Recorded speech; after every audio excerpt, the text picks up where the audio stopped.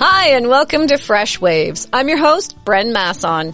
For the month of April, we will be featuring organ donation awareness shows because April is the month of organ donation awareness. I'm really happy that for our first show, we'll be able to speak with Melody Klassen. I was introduced to Melody several years ago, maybe 10 years ago even. Oh my, it's been a while. Through Jason Rumball. Jason Rumball is a kidney recipient, as is Melody. Good morning, Melody, and welcome to Fresh Waves. Good morning, Brenda. How lovely to speak with you again. Well, we love having you on Fresh Waves. You have such a great story. It's so inspiring. And I'm sure that if you had the choice, you wouldn't have been quite as inspiring as you have become. Amen to that, Brenda. Yeah, there are lots of things that I would take a pass on if I had a choice. Yeah, but if you had a choice, but you didn't. No, that's right. So, and that has helped me become who I am now. Well, I love who you are. I love hearing your story, and I love hearing you play the harp. Oh, thanks. Haven't done that in a while, but thank you. Your music is just beautiful. I remember being up north at a workshop with Shannon Leahy, and in the evening you were playing the harp, and I could have just fallen asleep on the couch and been happy to go to sleep at 5 o'clock in the evening because it was just so lovely. Yeah, it is a nice instrument, that's for sure. So tell us your story. How did you come to be the first guest on my organ donation awareness show? Well, yes, I have a story, that's for sure. I have struggled with ill health truly my whole life. I had mono when I was 3, ran a high fever, which in this day and age would never happen. If it lasted more than 12 hours, you'd be rushed off to emerge. But back in the dark ages when I was a kid, that didn't happen. So, life went on, and it wasn't until I was 17 that I was actually diagnosed with kidney disease. And the connection to mono is that the medical folk figure that damage was done to my kidneys with the fever. And kidneys are made up of something called nephrons, which are like little sponges. And once they are damaged, they do not replenish themselves, not like the liver, which will regrow. Once your nephrons are gone, they're gone. So at 17, I was kind of excited to actually have a diagnosis of kidney disease. I thought, oh yeah, they'll be able to do something, because I got everything that was going around and then some as a kid. Did not live your kind of normal, whatever that is, teenage life. I had to really think long and hard about doing any kind of extra activities, because often it meant 2 or 3 days in bed afterwards. So I thought, oh, great, they're going to do something. Well, I guess the bad news or the good news, I'm not sure, was that I wasn't sick enough for them to do anything. There was no surgery could be done. I didn't need dialysis yet. So life goes on. Within the next 10 years, I should back up a little bit. I was told growing up in my teenage years that I likely would never have children, which was probably even more devastating to me than having kidney disease, because I had always wanted to be a mom. My mom was a superwoman, and I looked up to her so much. Yeah, I want to do that for sure. And then to be told that, yeah, possibly not, was a really big blow. So in the intervening 10 years, from 17 to 27, I got pregnant. So, what do doctors know? But no, I take that back. Well, kind of. So my son Seamus was born in 1982, 10 weeks early, weighed 2.5 pounds. He was an answer to my prayers. in that I was now a mother. My dream had come true. Yes, it was a bit of not even a scary time.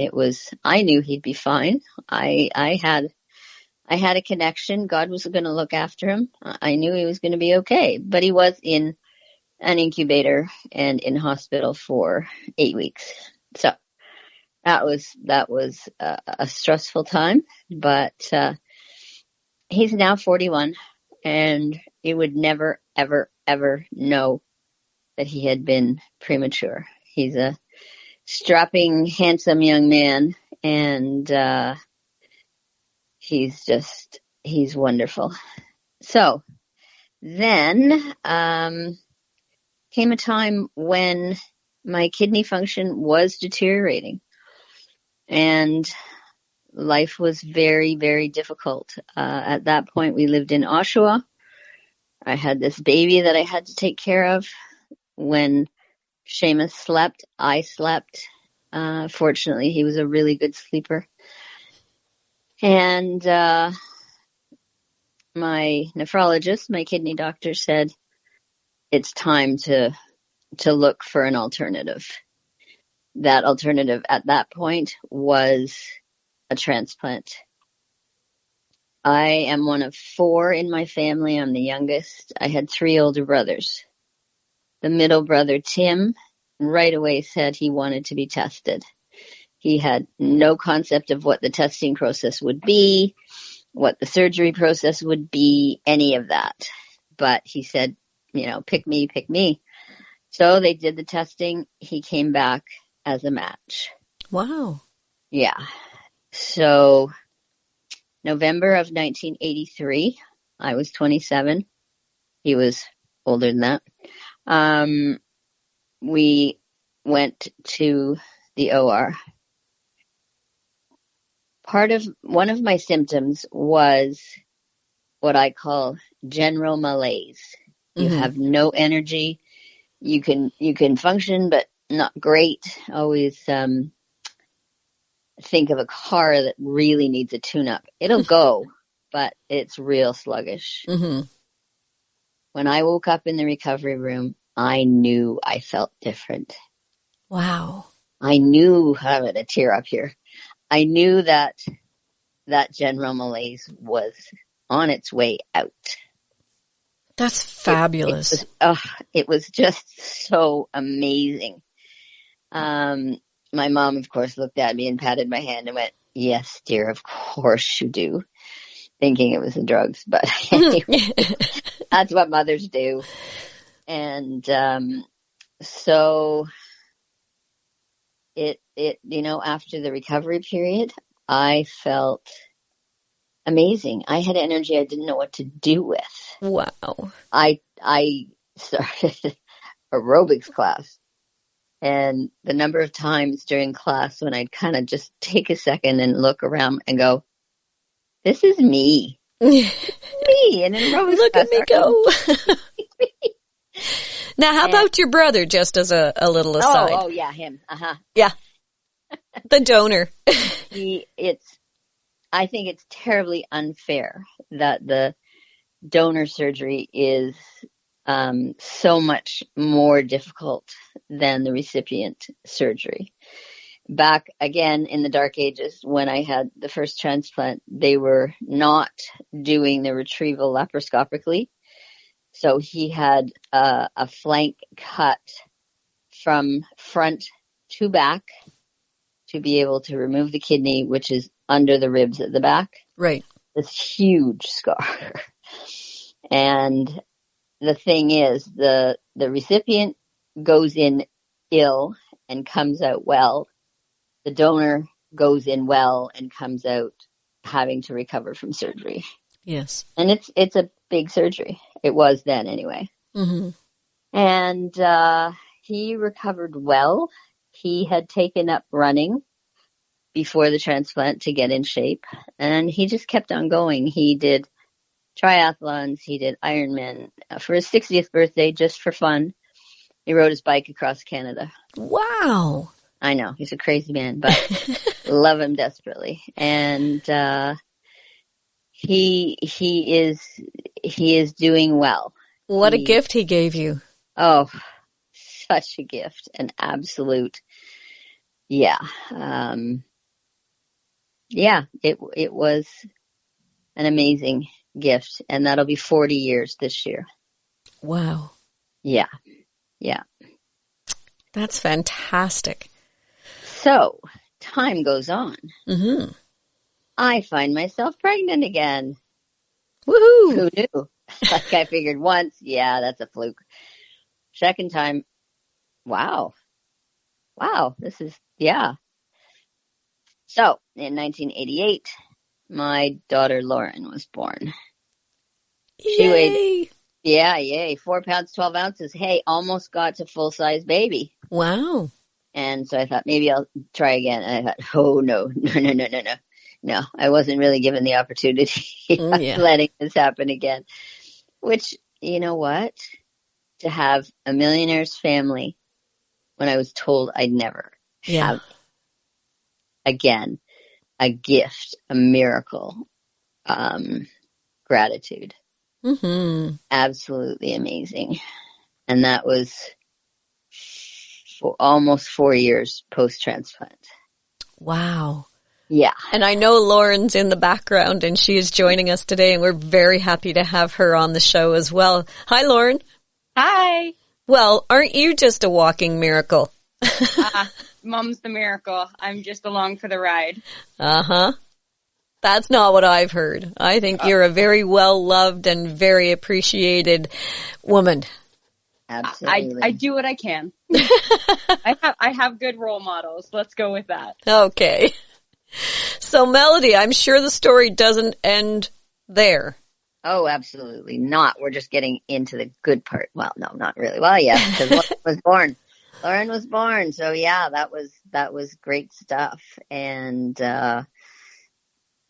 I was well, and I had a baby and a youngster in school, and life was good until one day it wasn't so good, and appeared that the kidney was failing, but I had it 18 years. Wow. 18. And back in the early 80s when I had my first transplant, they didn't really have statistics to prove how long organs would last. Right. So 18 years was phenomenal. Mm-hmm. Absolutely phenomenal. So then it's all right. What do we do now? So I was on peritoneal dialysis. So not hemo, not blood, where the blood goes out and goes in and all that.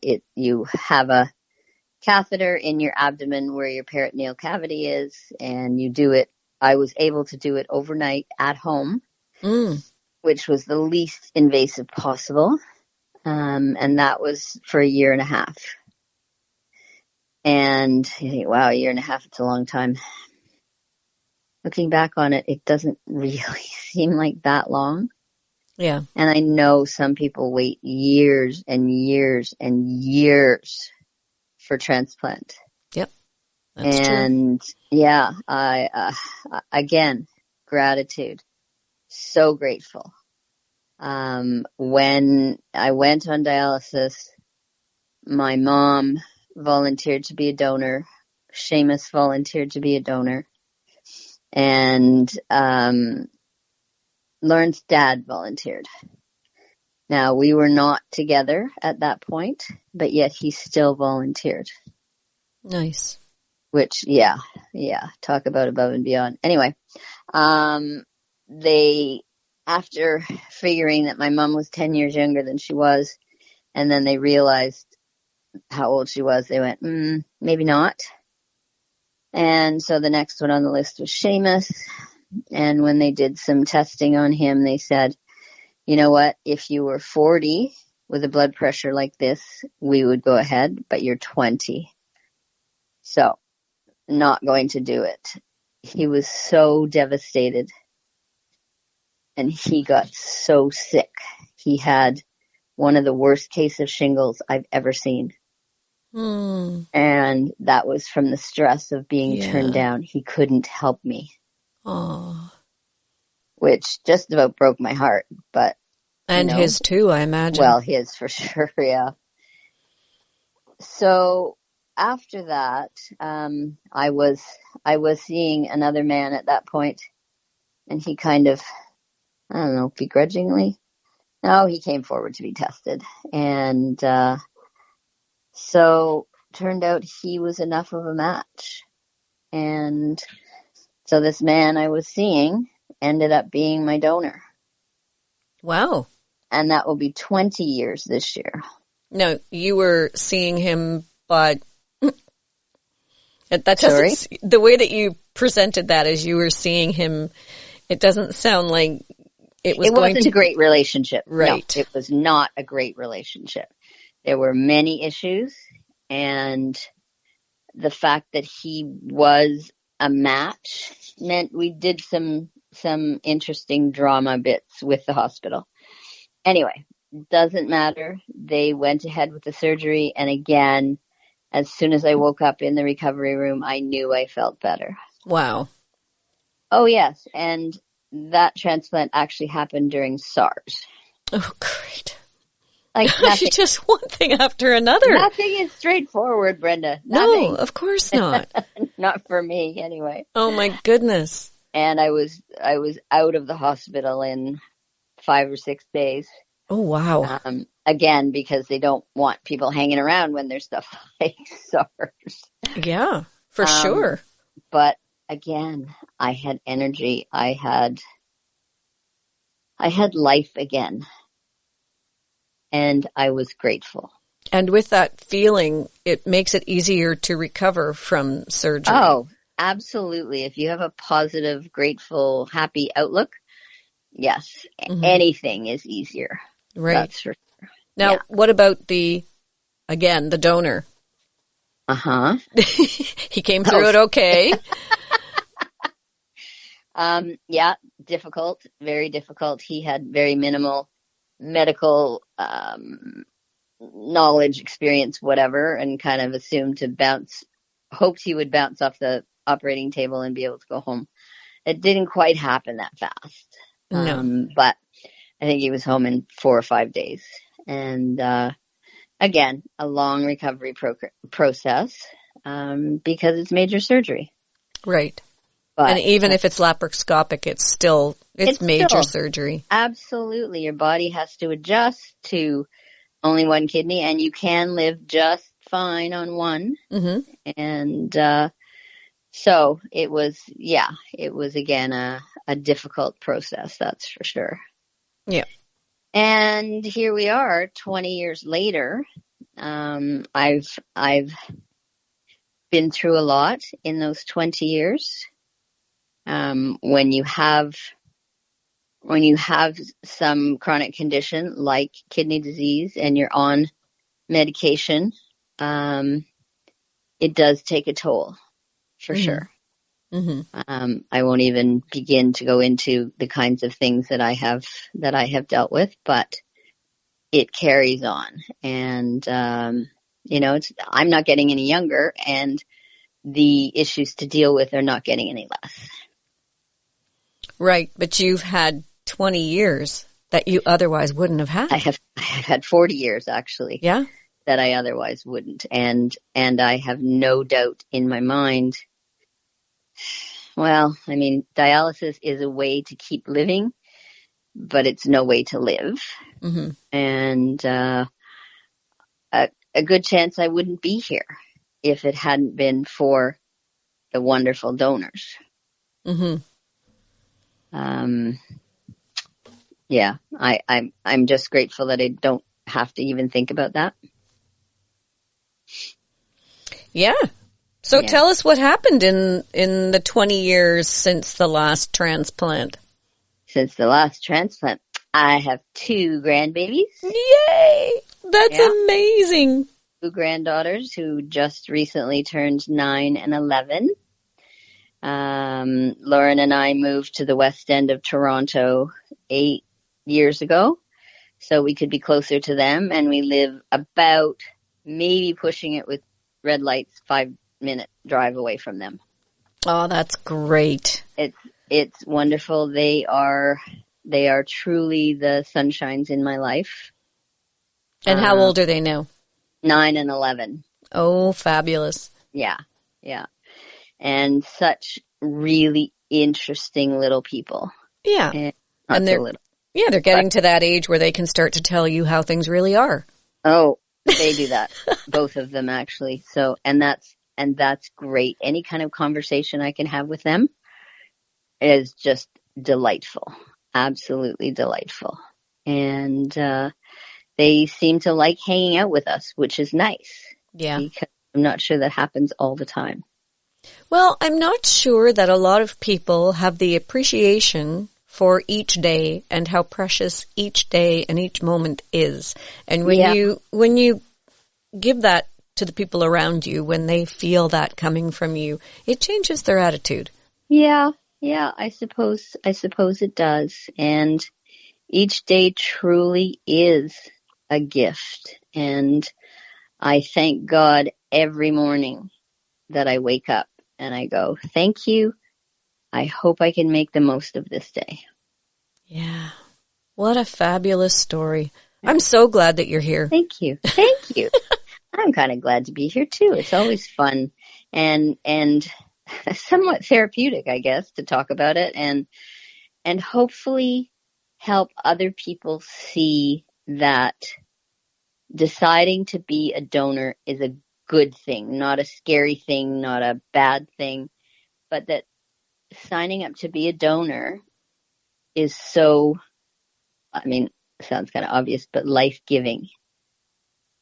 That you, whoever you are out there, can make a difference in someone's life. That you can actually give someone a life. Mm-hmm. Yeah. It's an amazing thing. It really is. Especially when it's a conscious decision that you make before you pass or before anything happens to you. That's right. That you have, not only signed up to be a donor, which everyone should do, beadonor.ca, takes you 5 minutes, sign up, but also to tell the people around you that love you, that this is what your wishes are, so that at a time of incredible stress and duress, that they don't have to make that decision for you. No. It's already there and you've already expressed your wishes. There's no ifs, ands, or buts. This is what you want to do. And it makes it easier for them. Yes, absolutely, which is truly one less thing they need to think about or worry about or be concerned about. And, it's a wonderful thing to be able to do. It certainly is. Well, we're going to take our first break here on Fresh Waves. When we come back, we will continue our conversation with Melody, and we will also bring in Lauren for her comments and views on how life has been living with someone who has had a kidney transplant and who has to treat themselves a little delicately sometimes. You're listening to Fresh Waves. I'm your host, Bren Masson. This morning we're talking with Melody Klassen and her daughter, Lauren. We will be back right after this, so do stay tuned.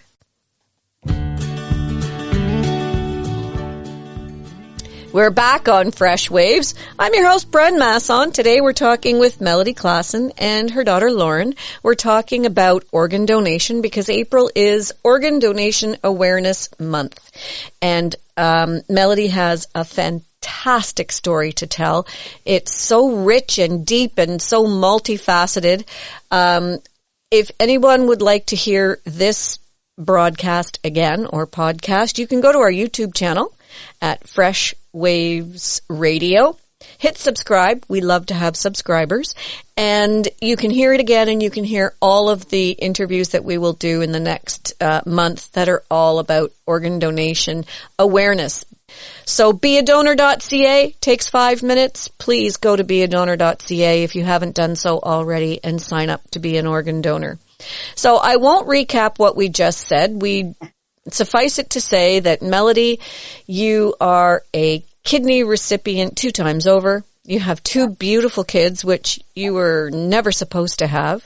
Correct. And what a blessing that is. I've got 4 myself, and I love them to death. It's just one of those wonderful, wonderful, wonderful things. Absolutely. So I want to talk now about Lauren and her experiences. Lauren, did you feel like your mom was a special kind of person right from the beginning? Everybody's mom's a special kind of person, but yours was extra special because she was a kidney recipient. She had someone else's kidney in her walking around this world. I guess for me, Mom was just always awesome. For Shannon and I, we never really realized that she was different, quote unquote. Growing up, it wasn't uncommon for her to, once a year have to go and stay in the hospital for a little while for whatever reason. And as a kid, it was just kind of, doesn't everybody's mom do that? It was an escape from us. we didn't realize that it was medically necessary, but that was just kind of normal. As I've grown up and learned more about my mom, it's certainly been a learning curve in that her life hasn't been easy, and what, I guess, to use her words, miracles my brother and I are. And it's not something that I ever really gave much thought to as a kid. It was just kind of, that's Mom. Well, I guess that's kind of the best way it could have been. Absolutely. Yeah. And that also speaks to how healthy and well she was with the kidney. Absolutely. Yep. It wasn't until I remember one instance when I was about 7 that she was in the hospital for a couple of weeks. She was dealing with a bout of rejection. That was kind of the beginning of the end of her first kidney transplant. And remembering feeling that something was different, but again, not really understanding. And then I clearly remember I was 15 when she had her second transplant. And again, as much as you can understand as a teenager when you're not so self-involved, that this was a big deal. Mm-hmm. I'll share a quick story of when she came home from her second transplant.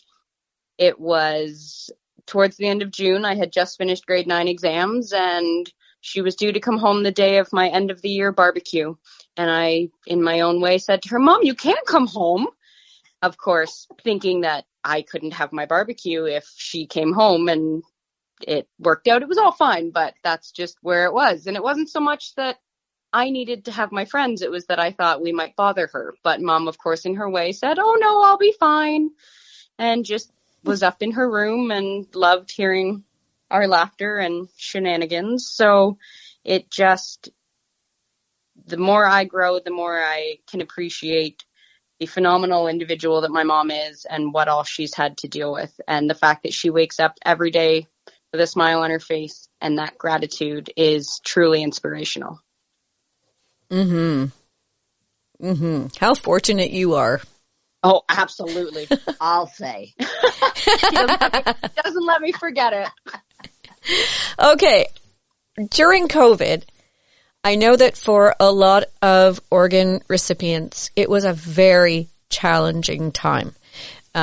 Organ recipients, Melody, if you want to chime in here, you are on anti-rejection drugs for the rest of your life, are you not? Yes, ma'am. If I want to keep the kidney, I got to take the drugs. Yeah. And that just keeps your body from rejecting that organ. Yes. But it also makes me more susceptible to other illnesses. Okay. And so, your friend and mine, Jason, he was going through the same thing. And in Jason's case, unfortunately, he's back on dialysis. Yeah. So he was back in a situation where he had to go into a medical facility where other people could have been sick. He was tested every time he went in. Yeah. It was a nightmare. But for you too, I mean, it wasn't like you could just, put on a mask and go down to the store. You had to be really careful.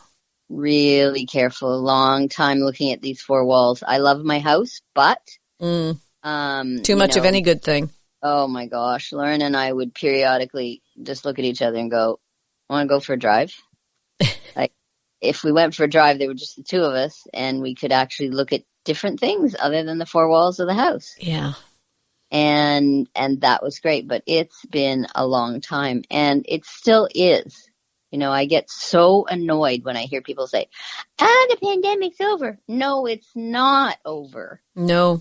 Especially not for people like me. Right. I have a friend who got sick last week. She's been in bed for 6 days, and she has a high fever and a wicked cough. And she said her throat is so sore it feels like there's razor blades in it. And 6 days in, she's still testing positive for COVID. So it's not a cakewalk. No, it's not. And I mean, I know transplant recipients that have had COVID once or twice or maybe more, and they've been fine, but I'm not prepared to take that risk because I'm not sure I have enough in reserve to be able to fight it. And I'm not prepared to let life go. Thank you very much. Yeah. You fought too hard to be here. Yeah. I'm not giving in like that, that's for sure.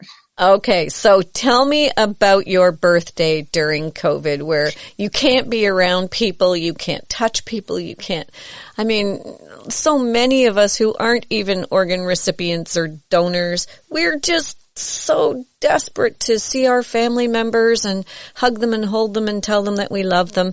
What happened on your birthday during COVID? I will let Lauren take that story. So it had been, Mom's birthday's in July. So it had been since March since we'd been able to hug anyone other than each other. And it was really tough on Mom. My mom is one of the most social people ever. So for her to be stuck with just me and the animals was tough. So my wonderful sister-in-law came up with this brilliant idea for Mom's birthday. She essentially took a couple of recycling bags, the big blue ones, and fashioned what we call a hug suit. So the plastic was meant to protect Mom from any germs that might be out there. My brother and sister-in-law and beautiful nieces were being very careful as well. We had decided to have dinner together in our garage, which is an open space, and we're able to be, that's as close as we could be together. So unbeknownst to Mom, she was presented with a blindfold to begin with and had to open a present, which again, she had no idea what it was. So I had the privilege of tying it on her. And for Mom, the biggest thing was not being able to hug my brother, not being able to hug her son. And so we tied this plastic over her. It's July. It's hot. It's gross. We left the blindfold on and she's trying to guess what it is. And next thing she knows, she's essentially being held in Seamus's arms. Oh. And there's a video that I can watch over and over again of the joy and the relief in her voice when she realizes what it is indescribable.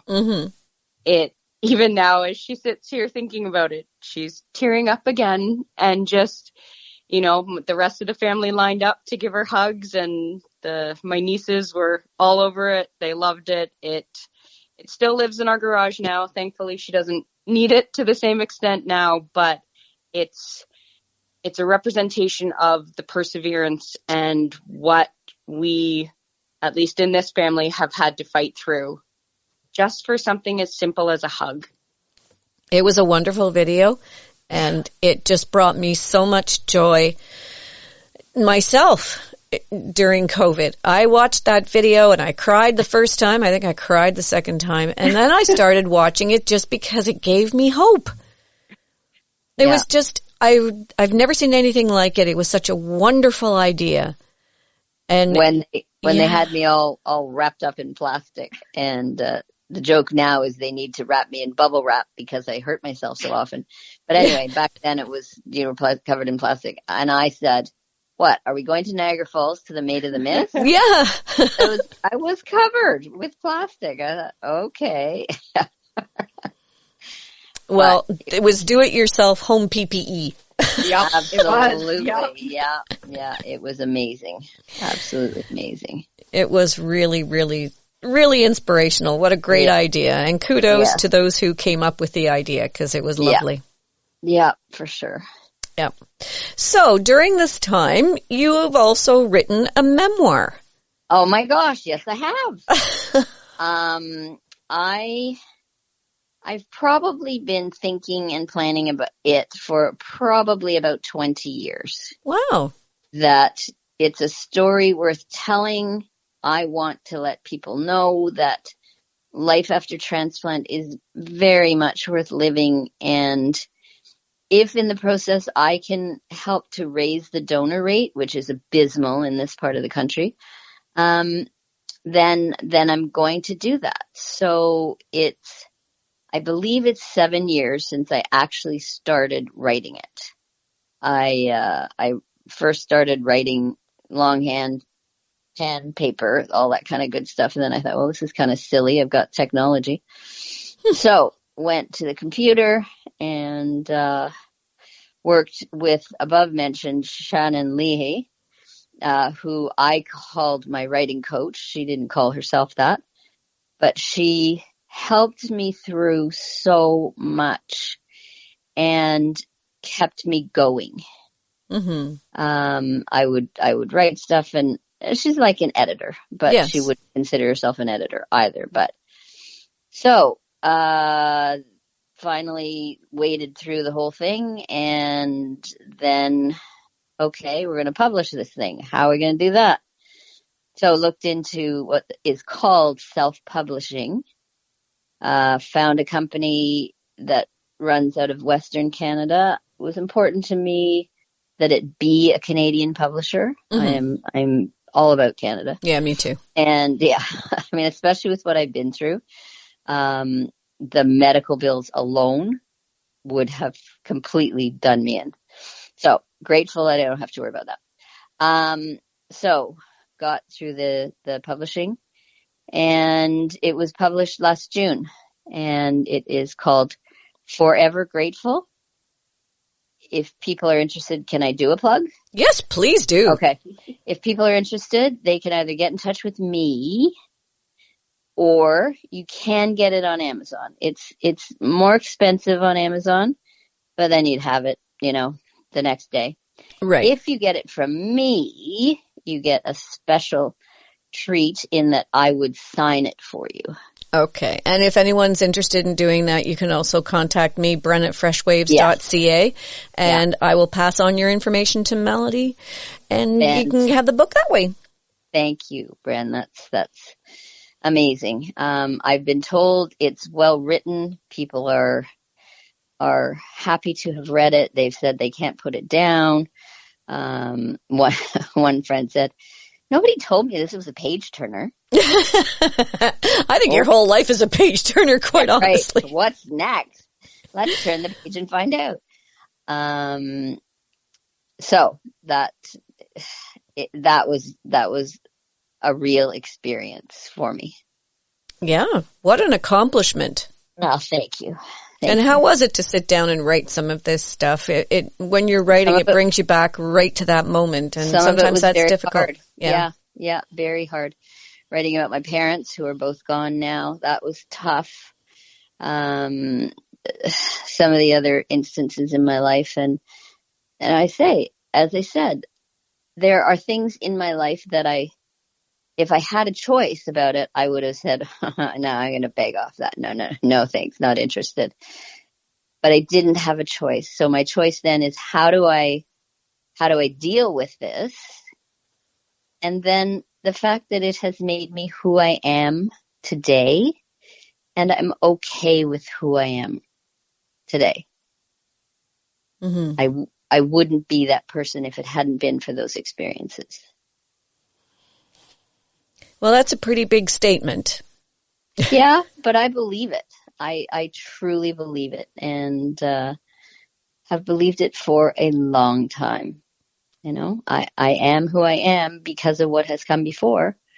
So be it. Yeah. You have an inner strength.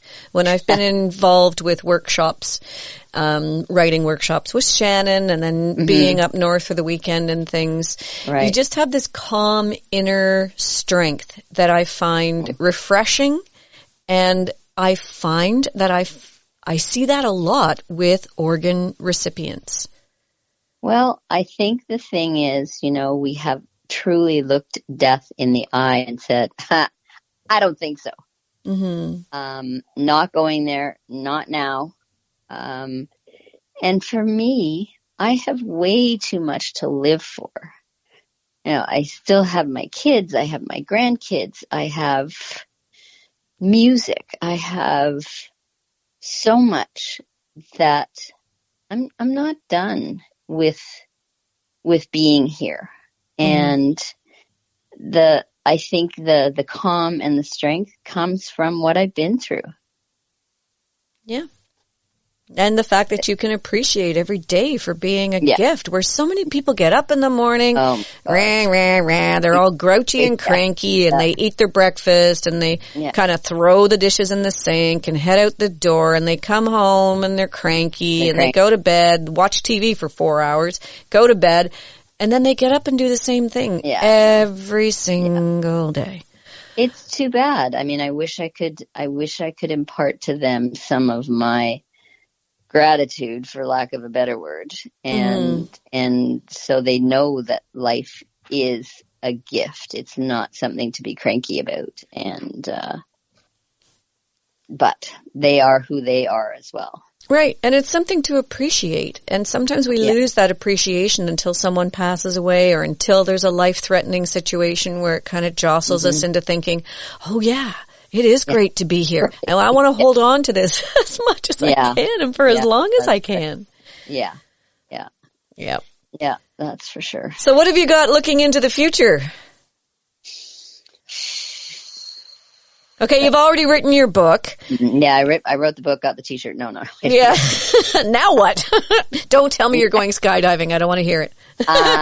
No, thank you. Not doing that. In the immediate future, I am trying desperately to stay well. I'm having some issues with it, but that's what I'm trying to do. Next summer, rumor has it that the transplant games, which I have competed at before, are going to be held in Ottawa. Oh, cool. And I would love to go. Lauren and I would go, and we would possibly take Emma and Lily, my granddaughters, with us. Nice. Which I think would just be a blast. Now, are you still involved in the dragon boats? No. Oh goodness, no. I don't have enough strength for that anymore. I mean, I know they exist, and I know they're doing festivals and stuff like that. So I know of them, but I'm not involved really in anything to do with the CTA, the Canadian Transplant Association. So, if I could do these games next year, that would be fun, and share it with the girls. I mean, it would be a lot of fun. So what do you mean, do the games? Go to the games? Go to them, possibly compete, depends. Okay. So what would you compete in? Socializing. Says Lauren from the Peanut Gallery. That's her specialty. Years ago, because I was never an athlete. I was sick as a kid. How could I do anything? I never learned to ride a bike. I swim badly. Don't play racket sports. Don't golf. Don't ride a bike. Don't whatever. So when I first went to the games in 1993, I thought, oh, what could I do? Oh, I could run. Are you nuts? Yeah, I am certifiable. Anyway, I went to Vancouver. My brother came to Vancouver to watch me, and I ran. Not well, but I ran. And hey, you did it. The last person. Exactly. And you know what? I'm the same age as you, and I've never run in any competition of any kind. I have since competed in 10-pin bowling, lawn bowling, pétanque. What is pétanque? Pétanque, it's kind of like French bocce. Oh, nice. I love bocce. Yeah, that was quite fun because there's not really any skill involved. Well, sure there is. You have to have hand-eye coordination.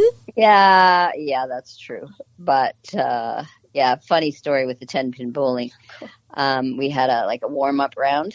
I knocked down a few pins on my warm-up round. I knocked down 0 pins when it actually mattered. Oh, no. 0. None. All right, well, I can beat you in that one. Oh. I picked up my dad's 10-pin ball because my dad was a bowler, so he had a 5-pin ball of his own and a 10-pin ball of his own. Okay. And none of us kids were allowed to touch his bowling ball. I always joke we weren't allowed to touch my father's balls. And they were bowling balls. But anyway, I put it in my hand, and I guess it was designed for his hand, and mine was smaller, and I was in my early 20s. You know when things still matter, when you're so self-conscious of the whole world watching you? So I'm standing up there, I've got the ball in my hand that I'm not supposed to have, hoping that he doesn't recognize that I've got his ball before I throw it. And I got so worked up, I put my hand behind me and dropped the ball, and it rolled back and hit the people that were sitting in the audience watching. One of whom was my dad. Your dad, of course. Oh, that's priceless. And of course, he was not concerned with the fact that I felt like I almost broke my arm. He was only concerned about the fact that I had damaged his ball and somehow. Right. How dare you? I've told you not to do that. Oh my gosh, that's funny. Yeah. Anyway, so there you go. It doesn't matter who you are. 10-pin bowling is a hazardous sport.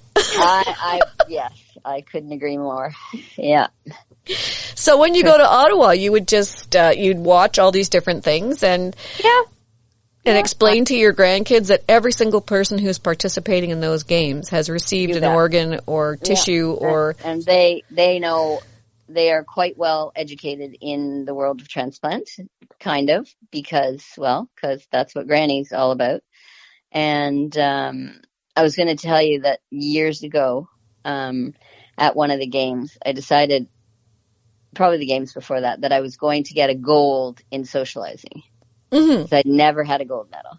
So the next year, again, I said, hey, I'm looking to do socializing gold. An actual friend. Yeah, that year I had fractured my humerus. Oh, no. Not one of my brighter moves, but a kidney recipient presented me with a gold medal in socializing. That's so nice. So touching. So he had scads of them, and I was just absolutely blown away that he would do this, that this happened. And so I've got my gold in socializing, but hey, you can never socialize too much. Absolutely not. And I think everywhere I go where you're involved, people all know you.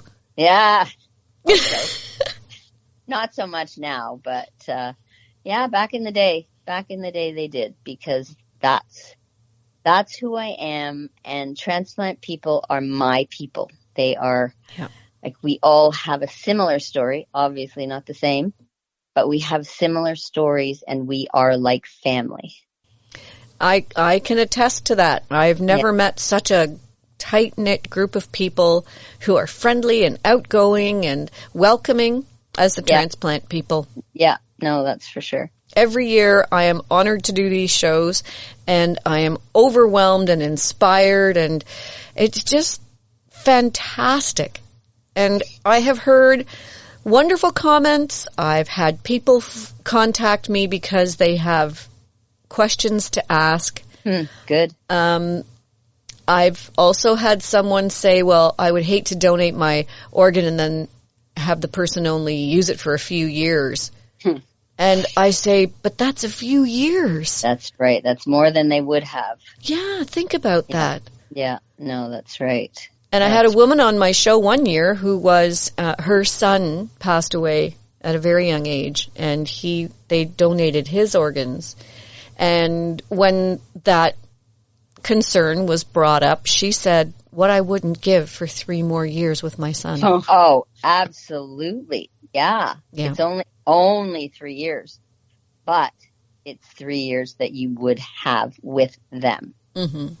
Well, I had hoped to do an interview with a heart recipient, but he passed away before we were able to do the interview. But in the 3.5 years that he had his heart, he met his grandchildren. Aww. He held his baby granddaughter a month before he passed away. Nice. Something that he wouldn't ever have had the opportunity to do had he not had that transplant. So none of it is a waste. No, absolutely not. Yeah. No, for sure. Wow. Well, Melody, I am so happy that we had the opportunity to speak with you today. And if anyone's interested in reading your book, they can contact me at bren@freshwaves.ca, and I will pass on the email to you. And Forever Grateful is the name of the book. And I can't wait to read it, even though I know the story. Yeah, it like I said, people have been very, very complimentary. And again, not why I wrote it, but no, it's nice to hear. You know? Sure it is.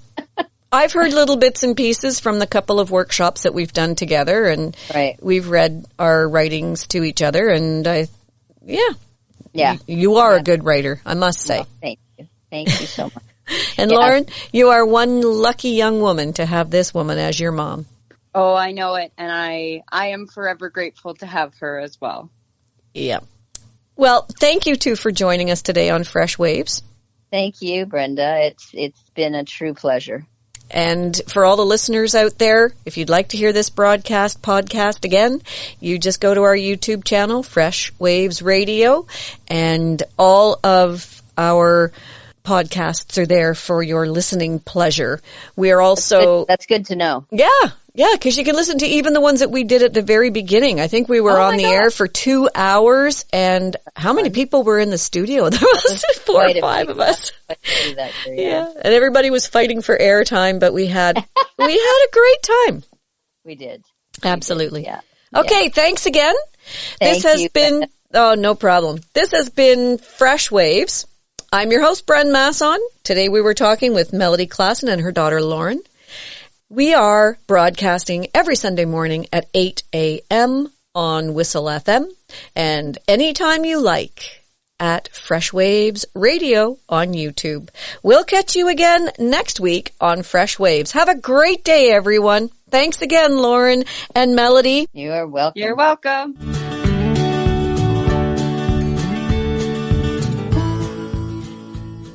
April 7th is Green Shirt Day in Canada.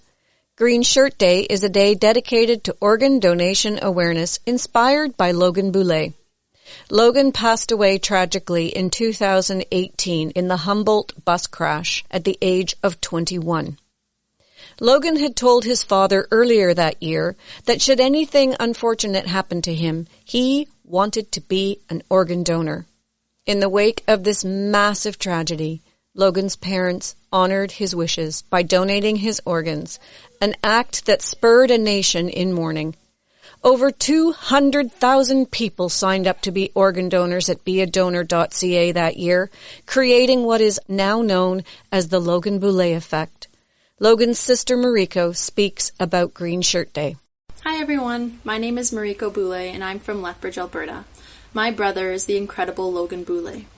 April 6th and April 7th, 2018 were the worst days of my family and so many other people's lives. April 7th was the day that we had to say goodbye to Logan, the person that I never thought I'd have to live without, my favorite person in the entire world. It was the worst day of my life. But April 7th also marked the day that Logan became an organ donor, and he created and started the Logan Boulet effect. It's an incredible story that came out of the worst possible thing that could have ever happened to so many people. I am proud of Logan. I am proud to be a sister. I am so incredibly proud of my family. What does Green Shirt Day mean to me? Green Shirt Day is a day for hope, for renewal, for inspiration. It's a day to remember a boy whose life was lost way too soon. It's a day to remember the Humboldt Broncos and 15 other people's lives who were lost way too soon. It's a day to remember and think about the 13 boys who are still writing their story. It's a day to sit down, think about, do I want to become an organ donor? What do I want done with my organs when I pass away? It's a day to have that kitchen table talk with your family, your loved ones, and those that are most important to you. Green Shirt Day is a day that I get to spend thinking about my brother and who he was to me. I do that every single day, but it's a special day that everyone gets to think about him. I miss him so much, but I am so incredibly proud of him, and I am proud of my family. Thank you. April is Organ Donation Awareness Month in Canada. If you haven't already done so, please go to beadonor.ca and register as an organ donor. It only takes a second, and it's a decision you'll never regret. Be a donor. Save a life. Go to beadonor.ca. Today I'm gonna try to change the world.